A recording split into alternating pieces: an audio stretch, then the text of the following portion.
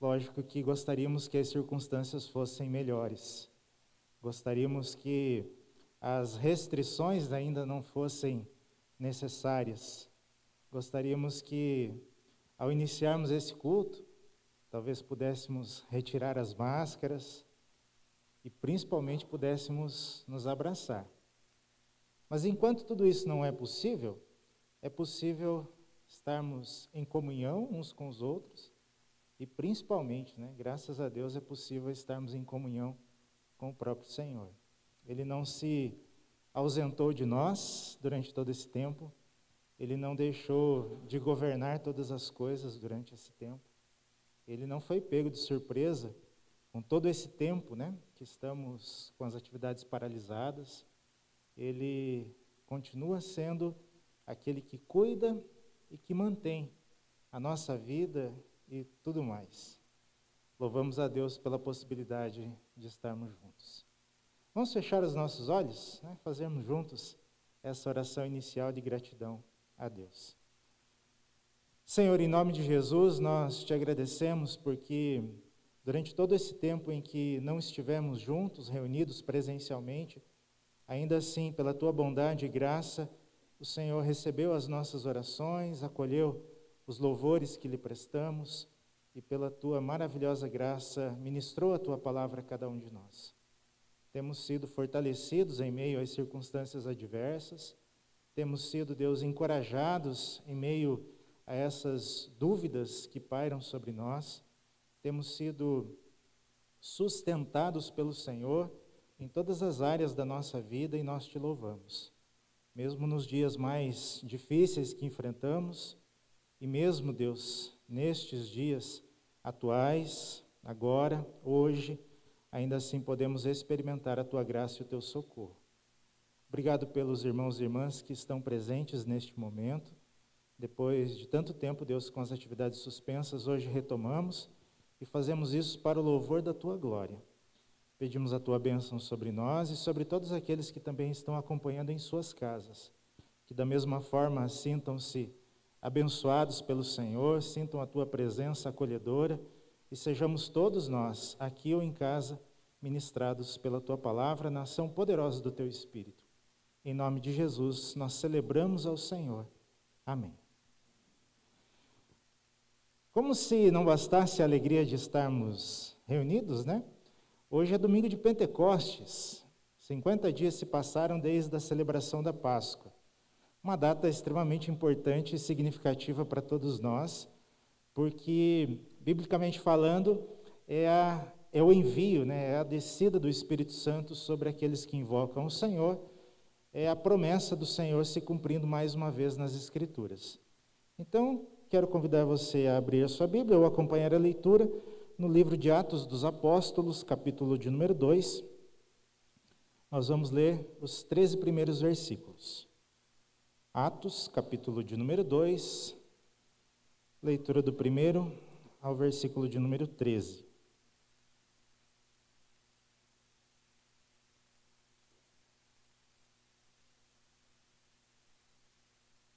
Interessante como tudo dá saudade, Até esse tempo que eu fico esperando vocês encontrarem o texto, até disso dá saudade. Mesmo assentados, vamos acompanhar a leitura. Atos 2, 1 a 13. Chegando o dia de Pentecostes, estavam todos reunidos num só lugar.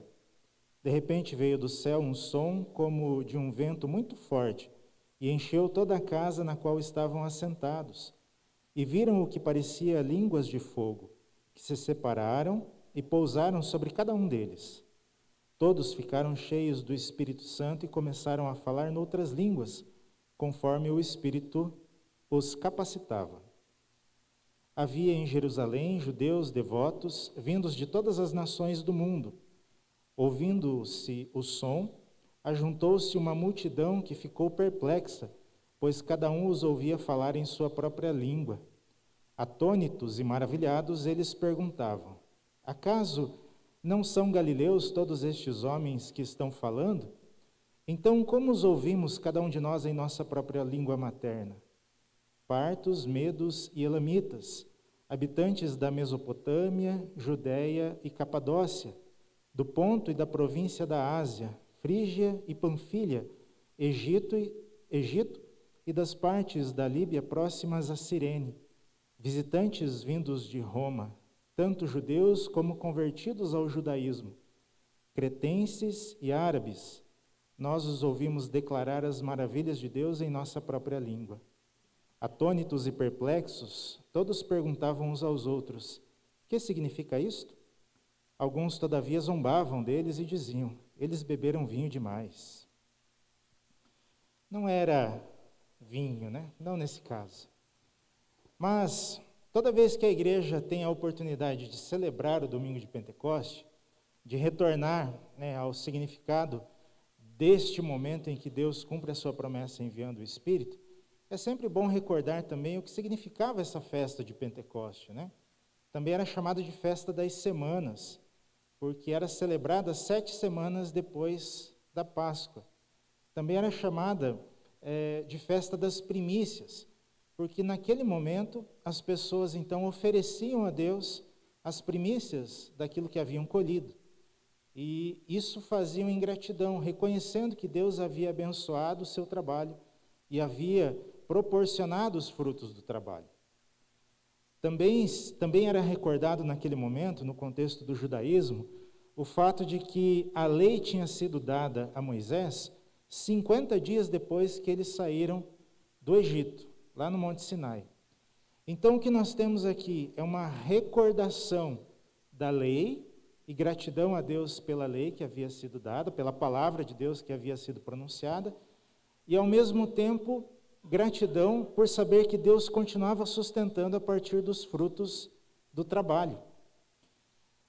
Seja o alimento físico, seja o alimento espiritual. De toda forma, o Pentecostes era um tempo de gratidão. Gratidão pelo alimento para a barriga, gratidão pelo alimento para o espírito. E assim a igreja, quando celebra o Pentecoste, tem um motivo a mais ainda para agradecer. Seja pelo alimento que Deus nos dá fisicamente, né, que estamos todos bem alimentados, graças a Deus. Seja pelo alimento da palavra de Deus que podemos estudar, que tem nos sustentado e encorajado, especialmente nesses momentos difíceis. Mas, sobretudo, pensando a partir de Atos capítulo 2, nós ainda temos para celebrar a Deus, para agradecer a Deus o fato de que o Espírito Santo do Senhor está conosco.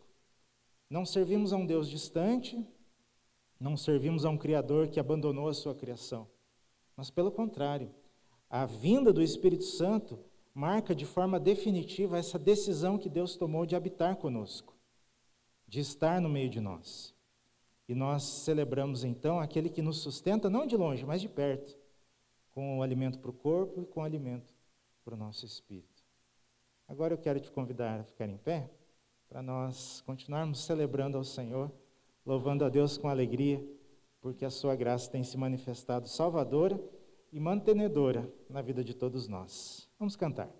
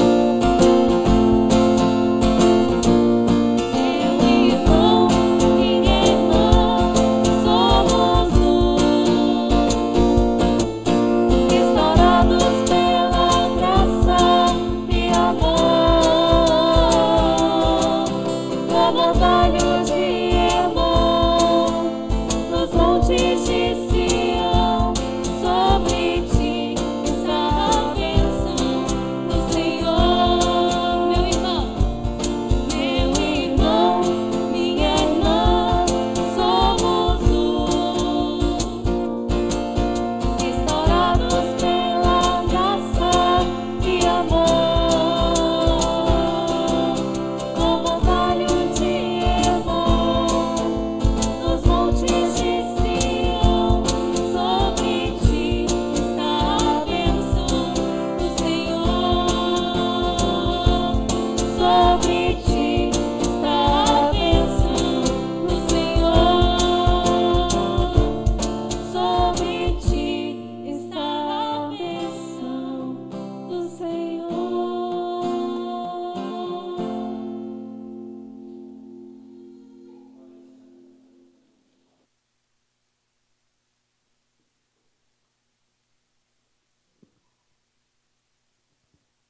Entre tantas coisas que a gente fica pensando, né, imaginando e sonhando para o dia do retorno, para hoje, né, nesse momento que a gente pode se reunir presencialmente, enquanto também transmitimos a nossa celebração, eu fiquei pensando na importância de separarmos um tempo aqui, né, eu sei que nós temos feito isso, cada um nos nossos lares, mas de separarmos um tempo de oração pelas famílias que estão entristecidas, né? Nós temos visto tantas, assim, a multiplicação de notícias ruins, né? Sejam as mortes pela pandemia, sejam as tragédias que continuam acontecendo, os horrores da violência, né? As dificuldades financeiras que, não só no nosso país, né? Em praticamente todos os lugares isso tem acontecido. Mas o fato é que, enquanto nós celebramos a Deus, enquanto nós agradecemos ao Senhor pelo sustento do corpo, pelo sustento do espírito, enquanto nós agradecemos a esse Deus que está próximo de nós, nós continuamos clamando pelo socorro, pelo conforto, pelo fortalecimento das emoções, né, que também estão abaladas para muitas pessoas, né, sofrendo de várias formas. Então, vamos fazer uma oração nesse momento, pensando nos enlutados, nos entristecidos, nos angustiados, pensando nas pessoas que estão com dificuldade de ter o sustento, né, para si, para a sua família. Vamos interceder uns pelos outros, pela nossa cidade, pelo nosso estado, pela nossa nação, pelos nossos governantes, para que o povo, né, não só do Brasil, mas em todos os lugares, seja abençoado, seja suprido nas suas necessidades. Vamos orar?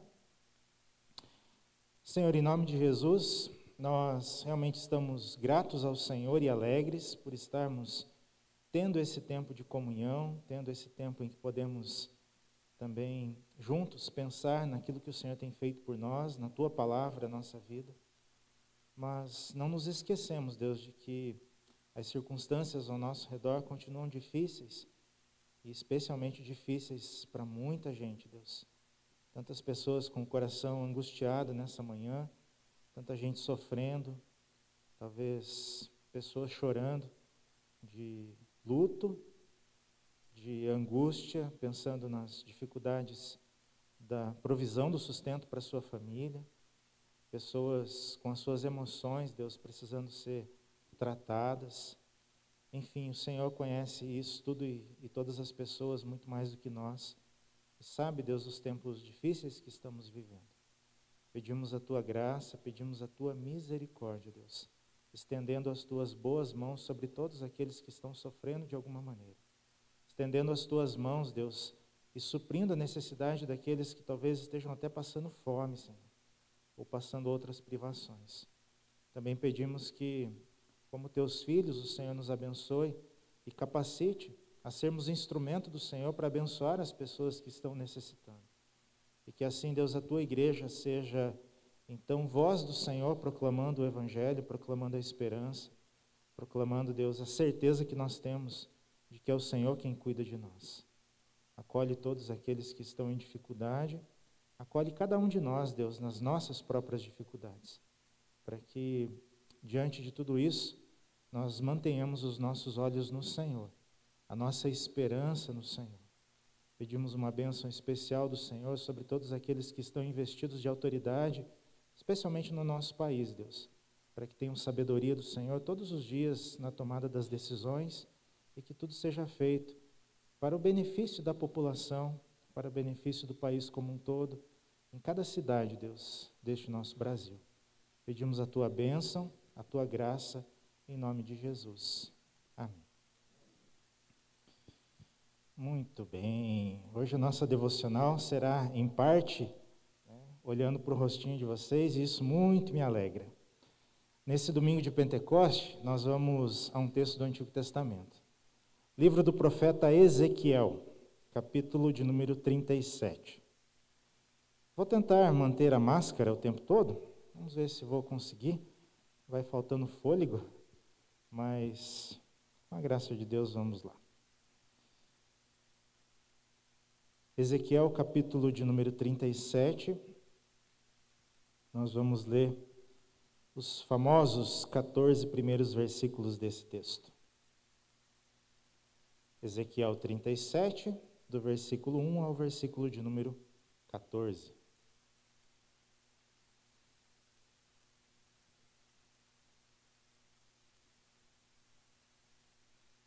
Diz assim: A mão do Senhor estava sobre mim, e por seu espírito ele me levou a um vale cheio de ossos. Ele me levou de um lado para o outro, e pude ver que era enorme o número de ossos no vale, e que os ossos estavam muito secos.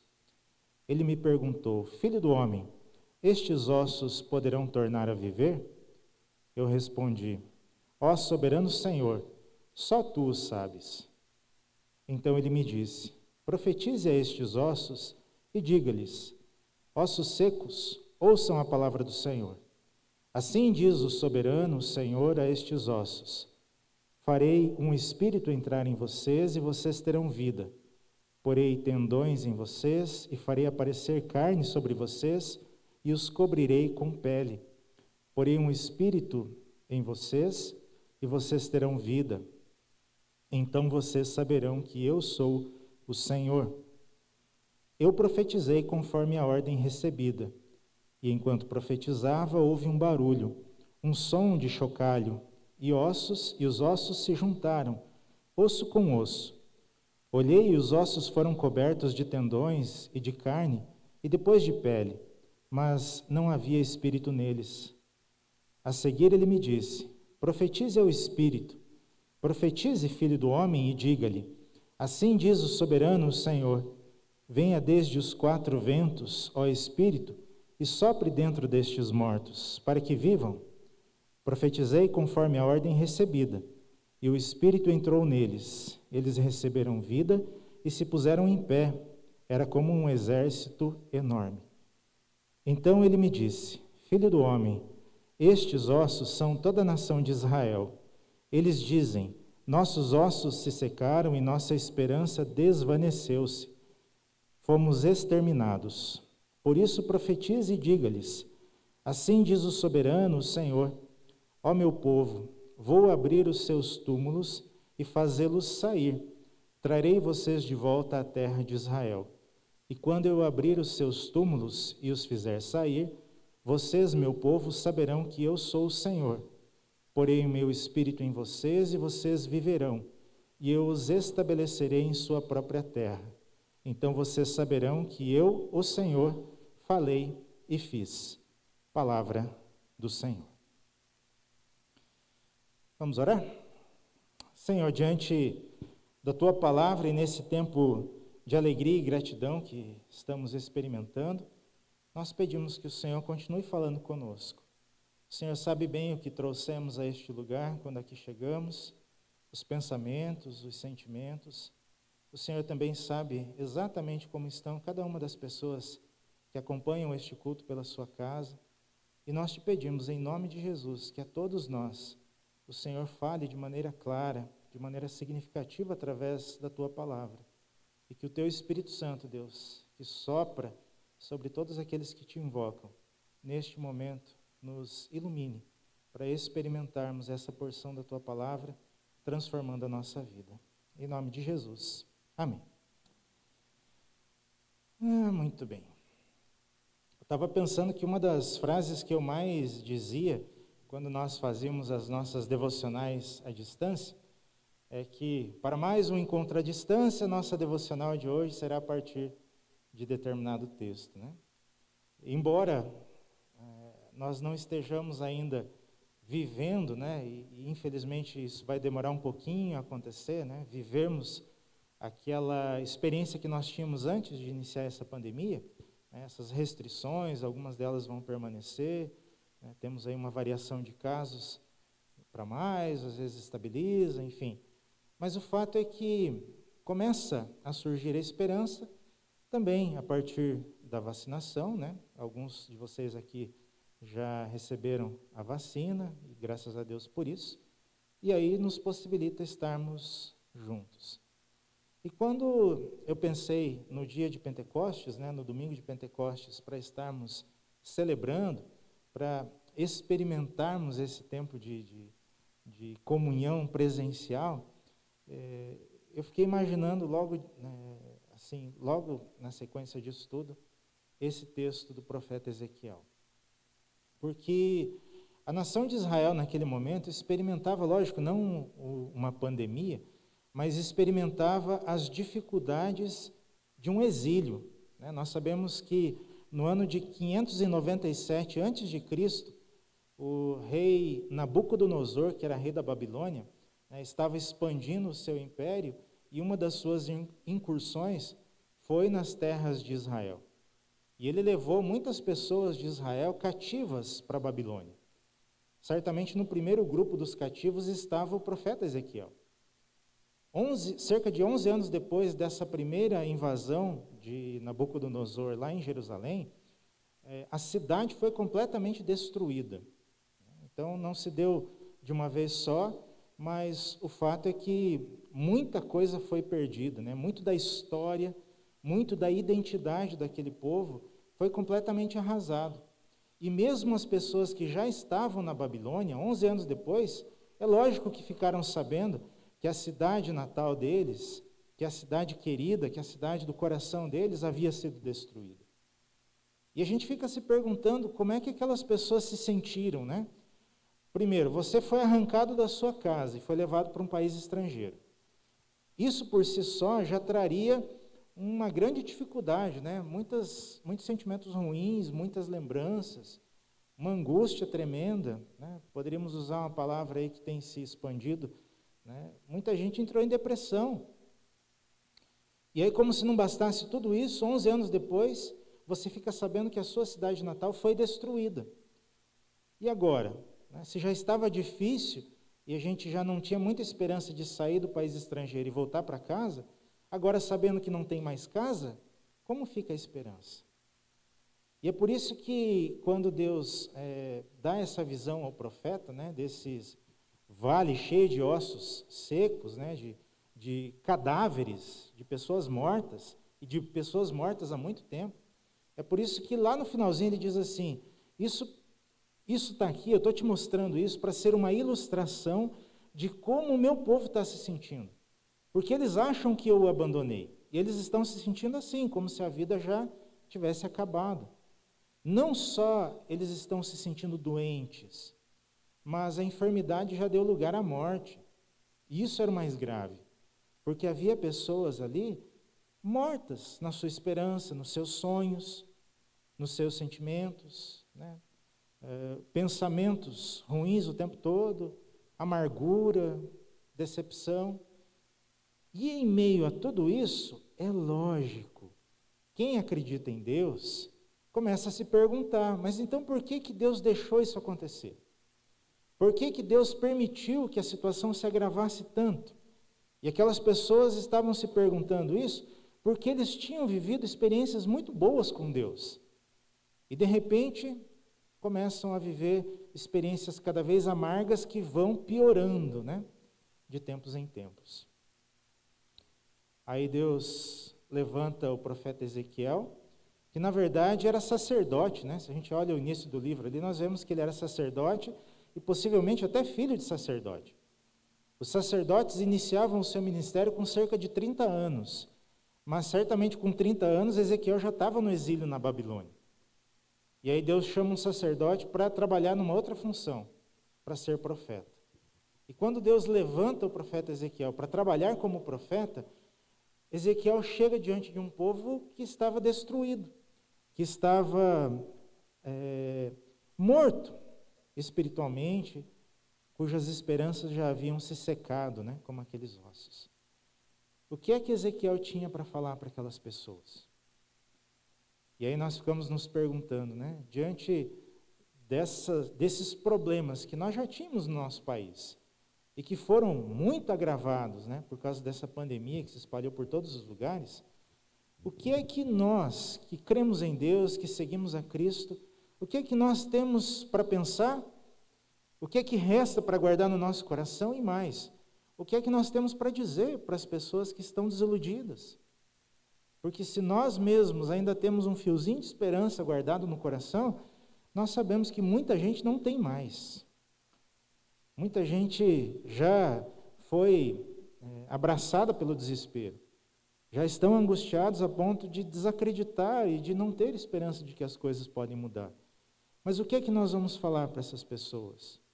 Nós vamos vender a ilusão barata de que há vitória para todos aqueles que buscam a Deus? Não. Nós precisamos fazer o que Deus está mostrando aqui para o profeta Ezequiel. E esse trato de Deus com Ezequiel é um belíssimo exemplo para nós pensarmos naquilo que o povo de Deus passou, no que nós estamos passando hoje e o que Deus faz em meio a todo esse caos. A primeira questão que Ezequiel aprende aqui é que Deus está no controle das coisas. Porque, embora seja uma visão, né, não se sabe ao certo se visão semelhante a sonho, porque ele estava acordado, mas foi uma visão. Só que Ezequiel, no seu relato, ele deixa muito claro que quem o levou a ter essa visão, quem o levou para contemplar, digamos assim, esse vale de ossos, foi o próprio Deus. Foi Deus quem fez isso, foi Deus quem chamou Ezequiel e disse, olha, vamos ter uma conversa aqui, e eu vou te mostrar uma ilustração de como é que está o povo, e o que é que você precisa fazer a partir disso. Em outras palavras, Ezequiel está dizendo assim, o vale pode estar cheio de ossos secos, mas quem leva e tira de lá, quem dá a vida, quem traz de volta a vida, é Deus. E aí Deus, no seu trato com o profeta, ele diz assim, você acredita que esses ossos podem voltar a viver, né? Que esse monte de ossos espalhados pode agora se tornar, podem se tornar pessoas de novo? A resposta do profeta é muito sincera, né? Ele diz, Senhor, é só o Senhor que sabe. Tem muita gente, né, muitos estudiosos que ficam debatendo se nesse texto aqui existe uma teologia da ressurreição ou não. Só que se a gente começar a pensar nesse ponto doutrinário, teológico, a gente perde aquilo que é essencial no texto. Porque a questão aqui não é se há possibilidade de ressurreição ou não há. A questão aqui é se a vida e a morte estão nas mãos de Deus. E é isso que Deus está ensinando para o seu profeta, para que ele pudesse depois transmitir para o povo. A vida e a morte estão nas mesmas mãos. Estão nas mãos daquele que criou e daquele que mantém. Porque mesmo ossos muito secos podem tornar a ser pessoas, se Deus assim quiser. Mais uma vez eu vou citar aqui uma pergunta que me fizeram uma vez, né, e perguntaram assim, se você estiver numa situação, né, pastoreando uma família, e aí alguém que está internado está num caso em que já não tem mais o que fazer. E aí a sugestão dos médicos é desligar os aparelhos, não tem mais o que fazer. O que você faz? Eu vou tratar com a família. Vou procurar acompanhar a família e ajudar do jeito que eu puder. E aí alguém se levantou e disse assim, isso é um absurdo, né? Você deveria brigar, entrar na justiça, se fosse preciso, para não desligar os aparelhos. O que eu cria naquela época e continuo crendo hoje, é que se Deus chamar para si, pode estar os aparelhos ligados, pode ter os melhores recursos da medicina, pode ter tudo que é necessário para manter a vida.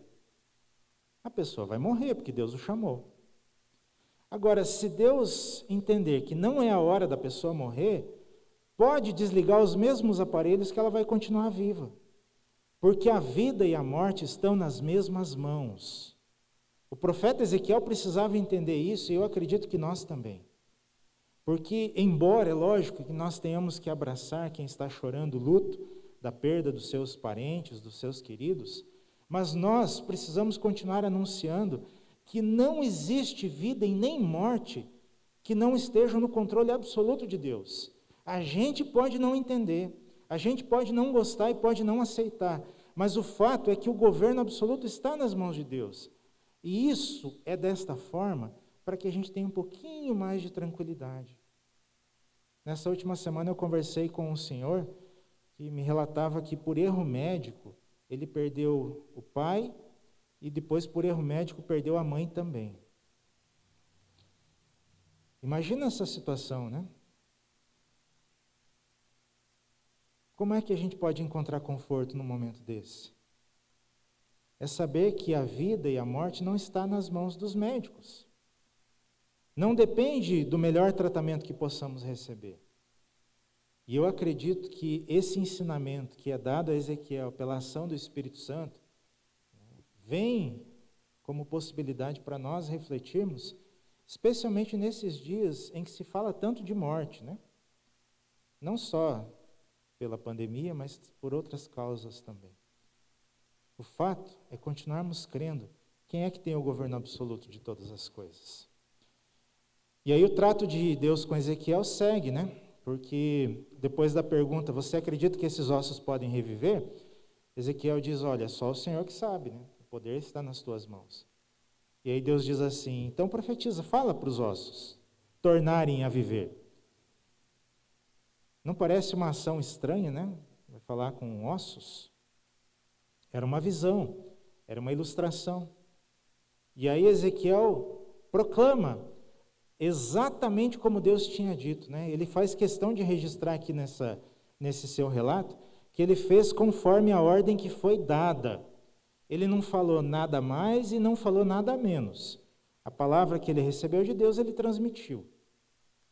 E a palavra que ele transmitiu fez com que os ossos se reunissem, cada osso com o seu osso, fez com que os tendões reaparecessem, os músculos e, por fim, a pele. Mas ainda havia morte naquele lugar. A palavra que o profeta transmitiu trouxe um efeito, porque de osso se tornou uma pessoa, mas ainda estavam mortos. E aí Deus complementa e diz assim, agora você profetiza ao Espírito. A expressão que é usada aqui, para vir dos quatro cantos, é uma expressão que simboliza a plenitude. Ou seja, a inteira medida do sopro do Espírito deveria vir sobre aquelas pessoas, sobre aqueles cadáveres. Para a gente entender aqui, a palavra que aparece no texto, no hebraico, no original, é ruá, espírito, vento ou sopro. E a ideia é de um sopro completo, muito semelhante ao sopro que Deus produz na narina do ser humano no relato da criação, lá em Gênesis 2. Lembram? O relato da criação? Pega o barro, forma o ser humano e tal, e depois de formadinho, Deus sopra nos seus narizes, no seu nariz. E aí, a partir deste sopro é que tem vida. Mais uma vez, uma descrição muito clara de quem é que tem a vida nas suas mãos. Porque o profeta, ele vai ser a boca de Deus, ele vai transmitir aquilo que Deus mandou ele fazer. Mas nenhum profeta tem a capacidade de dar vida. Para a gente pensar nos nossos termos aqui, nos termos atuais. Todos nós, como filhos de Deus, somos de alguma maneira anunciadores da palavra. Com a nossa vida, com o nosso testemunho, a gente está sempre proclamando aquilo que Deus faz, agradecendo a Deus, rendendo honra e glória a Deus, e anunciando que foi Deus que fez. Um exemplo, né? Se estamos nós aqui, os que estão em casa, acompanhando, né, cultuando a Deus nesse momento, é porque Deus nos sustentou. Isso é uma proclamação. Agora, mesmo na maior fidelidade que possamos ter ao anúncio da palavra, nenhum de nós pode produzir vida no outro. Porque vida é uma prerrogativa de Deus. Ele concede a vida. O sopro da vida, o fôlego da vida vem dele. E aí o que o profeta faz é mais ou menos como uma oração, né, ao Espírito. Ó Espírito, vem e sopra vida sobre esses cadáveres, para que eles possam reviver. E é nesse momento, somente nesse momento, quando o Espírito da vida vem, é que realmente aquelas pessoas se levantam. E aí o número é grande, né? O profeta chega a dizer aqui que parecia um exército. Pessoas vivas, bem, saudáveis, aptas para fazer qualquer coisa dali em diante. O que nós temos visto nos nossos dias, e infelizmente, né, a gente tem que tocar nesse tema, é muita gente agonizando, sem ar. Mas também muita gente agonizando sem esperança, sem vida espiritual. Talvez muito concentradas nesses dias, nos problemas para resolver e tudo mais, e aí o espírito vai secando, né? A vida espiritual vai murchando. E o que Ezequiel está nos ensinando aqui, né, especialmente nesse domingo de Pentecostes, lembrando, onde nós celebramos o alimento para o corpo, o alimento para o espírito e a presença de Deus na nossa vida, o que Deus está ensinando ao seu profeta é que é necessário que a vida seja realentada, digamos assim, né, revivificada, fortalecida por aquele que a criou. Se estamos tristes, o nosso sustento está no Senhor, a nossa esperança está no Senhor. Se estamos angustiados, a fonte é a mesma. Se estamos à beira do desespero, ou já demos um passo e caímos nesse precipício, o nosso único, né, a nossa única fonte de vida, de esperança, de vigor está no Senhor. É Ele que faz, é Ele que transforma. A igreja é enviada a proclamar o Evangelho, sim, mas quem concede vida é só Deus. Então o que nós devemos fazer? Anunciar o Evangelho, dizer em quem nós cremos, mas ao mesmo tempo continuarmos orando para que Deus sopre sobre essas pessoas com quem temos tido a oportunidade de conversar e que podem estar desesperançosas, podem estar murchando espiritualmente. No final, o nome do Senhor é glorificado, né? Porque o profeta tem diante de si o milagre da vida acontecendo a partir de ossos secos, né? Sequíssimos, ou pessoas que estavam mortas há muito tempo. E mesmo pessoas que estão mortas há muito tempo podem voltar a viver pela obra do Senhor, porque para Ele isso não é impossível. Resta-nos agora, né, pensar em como nós podemos viver essa verdade e compartilhar essa verdade com as pessoas que estão necessitando. Porque o alimento para o corpo e o alimento para o espírito têm a mesma fonte. Quem criou e quem mantém a vida é o Senhor. Eu espero que neste tempo de celebração de Pentecoste, o Espírito Santo do Senhor venha sobre nós e nos traga um novo alento de vida, né? Nos traga esperança, nos traga vigor. Porque certamente dias difíceis ainda estão pela frente, mas nós não estamos sozinhos. O Espírito Santo desceu e habita no meio de nós. Amém? Vamos ficar em pé?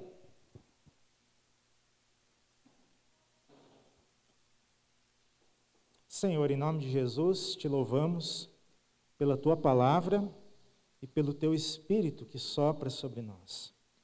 O Senhor nos trouxe a vida, nos trouxe a existência e tem nos mantido assim. A saúde que experimentamos é bênção do Senhor. O sustento, Deus, que experimentamos todos os dias também vem do Senhor.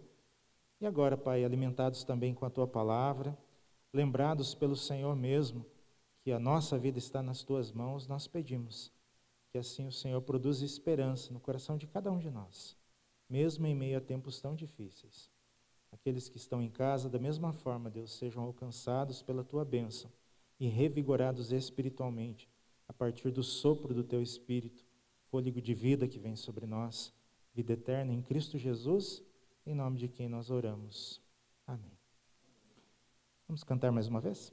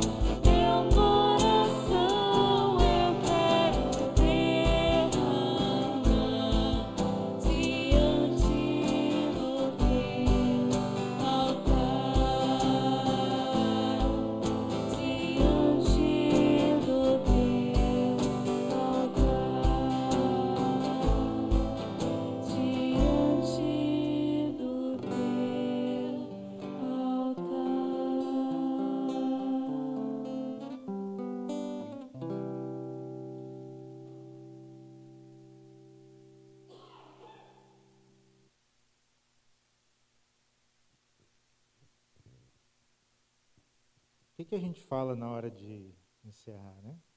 Quando a gente não quer fazer isso. Eu fico muito feliz, principalmente por saber que durante todo esse tempo, né, Deus esteve cuidando de cada um de vocês, dos nossos queridos que estão em casa. Fico muito feliz por saber que, mesmo nos dias mais difíceis, mesmo nos dias de afastamento, né, quando nós não pudemos congregar juntos, ainda assim estivemos juntos no Senhor, sustentados e abençoados por Deus. Uma questão importante, a partir de amanhã a gente abre de novo lá as inscrições para o culto do próximo domingo, né? Porque as restrições ainda mantêm, né, o limite de capacidade do nosso templo. Então, os maiores detalhes a partir de amanhã no grupo da igreja. Obrigado pela presença de todos, muito feliz em revê-los. Obrigado aos irmãos e irmãs que estão nos acompanhando de casa. Obrigado pelos nossos queridos que nos ajudam, né? O Ministério da Música, principalmente, durante todo esse tempo aí de afastamento, nos ajudando. O pessoal da imagem, do som, obrigado pela força. Nós vamos orar mais uma vez. Vamos agradecer a Deus por esse tempo, por esse privilégio, nos despedindo em nome do Senhor. Pai querido, em nome de Jesus, Deus, rendemos ao Senhor toda a honra, toda a glória e todo o louvor. Obrigado porque estamos reunidos aqui, obrigado pelos irmãos e irmãs que estão acompanhando de casa.